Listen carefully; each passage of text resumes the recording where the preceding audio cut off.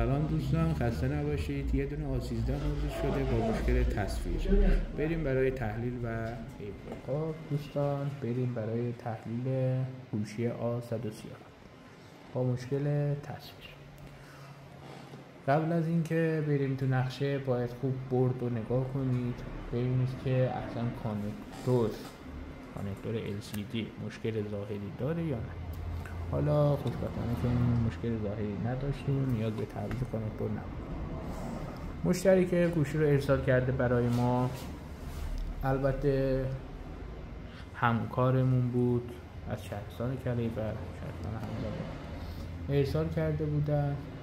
ما هم تا حد امکان، چون دست نخورده بود گوشی، تا حد امکان گوشی رو براش اوکی کردیم بدون دستکاری خیلی اضافی و هزینه زیاد.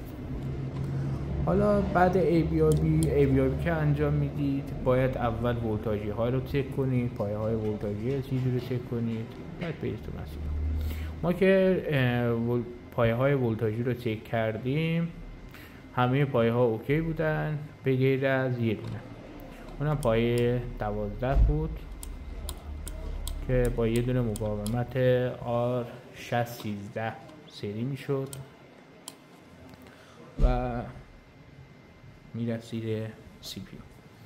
حالا بریم توی نقشه. حالا برنو دیجیت کاجی مکمل هم هستن برنامه نقشه‌کنی، باید هر دوتاش هم داشته باشید. پای 12 کانکتور رو که کلیک کنیم، دقت کنید پایه AB3، حالا انشالله که دیده بشه، AB3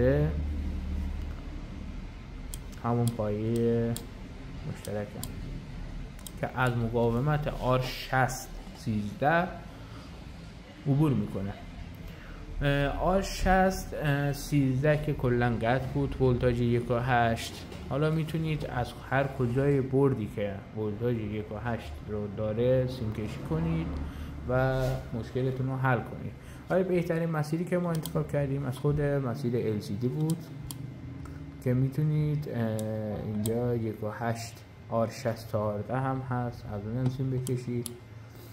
بعد R6 34 35 و 36 ولتاژ 1.8 LCD که ما R6 36 رو انتخاب کردیم چون نزدیکترین مقاومت بود و مسیر بود به همون مسیری که ما قرار بود سیم کشیدیم و مشکل رو به حد اعلا رفع کردیم. حالا تستش هم بعد این ویدیو براتون میذارم.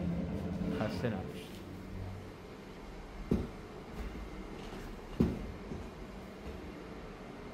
خب همونطوری که ABRB کردیم، مسیر میومد به این مقاومت و میرفت روی CPU. حالا ما با CPU کاری نداریم، 1.8 ولتایی که این مقاومت داره رو میخوایم تعریف کنیم. این مقاومت و این و این و سر اینا همشون 1.8 ولتاژی رو تامین میکنن. حالا مقاومت هایی که این سه تا مقاومت ها مسیر خود LCD هستن و ما هم از همون مسیرها برای ولتاژ استفاده میکنیم.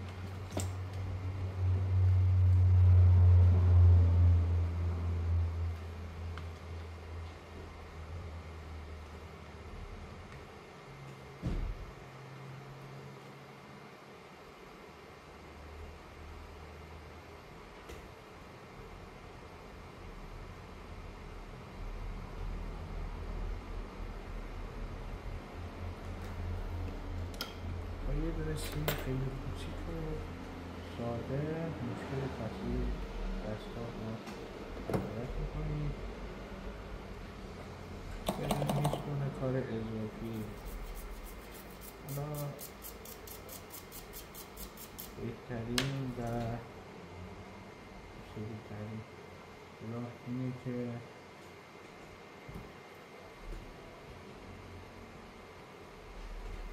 بتونید ایریابی کنید یه دستگاه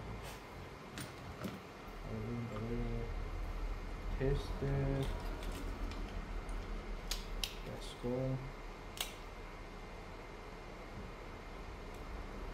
مشکل حل شده یا نه.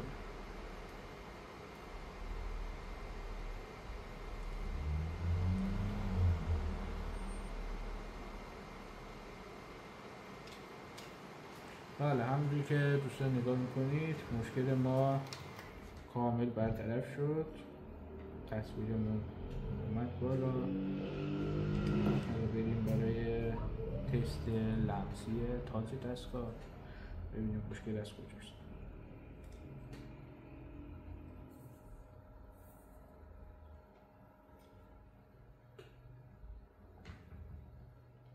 بله، این هم مشکل تاج دستگاهمون که کامل برطرف شد. دوستان و همکاران محترم، وقتی که دستگاه رو برای ما ارسال میکنید سعی کنید تا حد امکان بدون دستگاهی باشه تا ما هم بتونیم با شرایط خیلی بهتر و با هزینه خیلی کمتر دستگاهتون رو برای شما تعمیر و ارسال کنیم. خیلی ممنون.